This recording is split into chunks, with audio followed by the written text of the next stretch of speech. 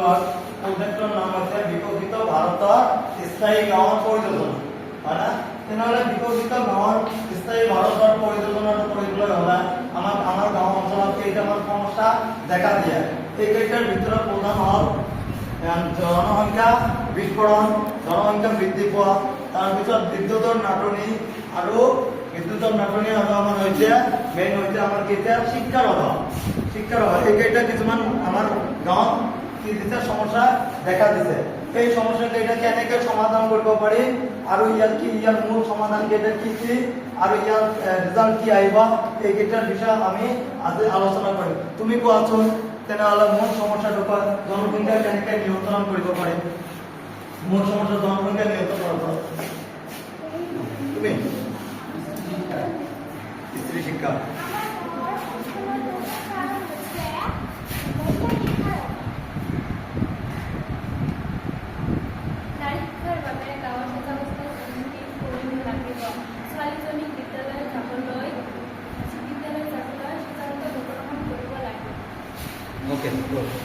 তেনেহলে এতিয়া next point আহিব তেনেহলে আমি কেনেকৈ গাঁওখিনি ডেভেলপ কৰিব পাৰিম মানে বিকশিত কৰিব পাৰিম তুমি আন এটা সমস্যা কোৱাচোন তোমাৰ গাঁৱত যিটো সমস্যা দেখিবলৈ পাইছা এইটো সমস্যাটো কি আৰু তুমি সমস্যাটো কোৱা আৰু আনজনে সমস্যাটোৰ সমাধান কোৱাচোন তুমি আন এটা কি সমস্যা তুমি দেখিবলৈ পাইছা অলপ লাউডলি কোৱা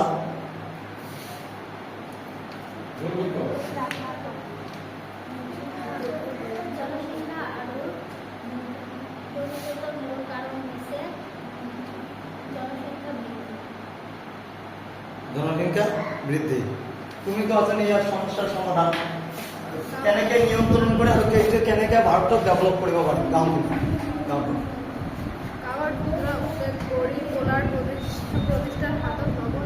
প্ৰতিষ্ঠান ল'ব লাগিব গোট এইটো এটা ভাল পদক্ষেপ তেতিয়াহ'লে আমাৰ কি হ'ল জনসংখ্যাটো লঘু উদ্যোগ গঢ়ি তুলি আমি নিবনুৱাসকলক কেতিয়া গাঁৱৰ ভিতৰতে কৰ্মসংস্থান দিব পাৰিম হয় না তেতিয়াহ'লে আমাৰ কিছু পৰিমাণে হ'লেও জনসংখ্যা কেতিয়া নিবনুৱা সমস্যাৰ সমাধান হ'ব তুমি নেক্সট এটা পইণ্ট কোৱা তেনে গাঁৱত কি সমস্যা দেখা দিয়ে আৰু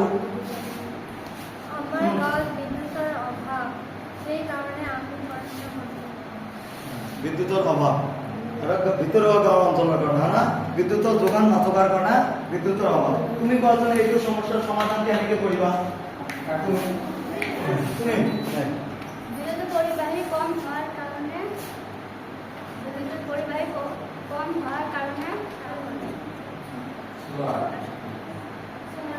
সৌৰশক্তি ব্যৱহাৰ কৰি আমি ভিতৰুৱা অঞ্চললৈ আমি কি কৰিব পাৰিম একেবাৰে ভিতৰৰ পৰা ভিতৰৰ অঞ্চললৈ আমি বিদ্যুতৰ যোগান দিব পাৰিম হয় না সৌৰশক্তি ব্যৱহাৰ কৰি কাৰণ সৌৰশক্তি যিকোনো গাঁৱতে আমি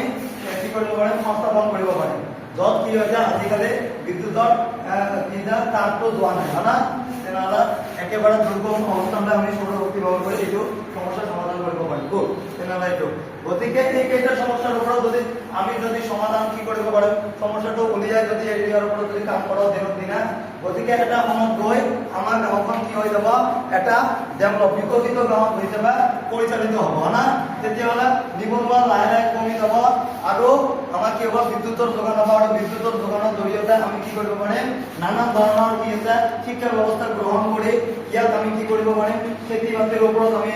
শিক্ষা ল'ব পাৰিম খাদ্যৰ ওপৰত শিক্ষা ল'ব পাৰিম তাৰ ওপৰত বিভিন্ন ধৰণৰ শিক্ষা দিব পাৰিম ওচৰে পাজৰে মানুহক আমাৰ ওচৰে পাজৰে তাৰ জৰিয়তে আমি গাঁওখনত কি কৰিব পাৰিম লাহে লাহে গাঁওখনক আমি বিকশিত কৰিব পাৰিম গাঁওখন বিকশিত হোৱা মানে হ'ল আমাৰ অঞ্চলখন বিকশিত হোৱা অঞ্চল বিকশিত হোৱা মানে হ'ল আমাৰ গোটেই ভাৰতবৰ্ষই বিকশিত হোৱা লাহে লাহে এদিন গৈ আমি গোটেই ভাৰতবৰ্ষতে কি কৰিব পাৰিম বিকশিত ভাৰত গঢ়ি তুলিব পাৰিম কাৰণ ভাৰতবৰ্ষৰ মূল অংশই হৈছে গাঁও কাৰণ গাঁও বিকশিত হোৱা মানে হৈছে ভাৰতবৰ্ষ গোটেই বিকশিত ভাৰতবৰ্ষ গোটেই বিকশিত হোৱা মানে আমি সকলোৱে বিকশিত কাৰণ আমি সকলোৱে এটা হৈছে পৰিয়াল গোটেই পৰিয়ালটো হৈছে ভাৰতীয় এইটো হৈছে মেইন উদ্দেশ্য আৰু আমাৰ প্ৰজেক্টৰ মেইন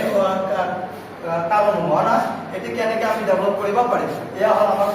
প্ৰজেক্টৰ কি পৰিযোজনাৰ মূল উদ্দেশ্য এইখিনিয়ে আমাৰ প্ৰজেক্টৰ এইখিনিয়ে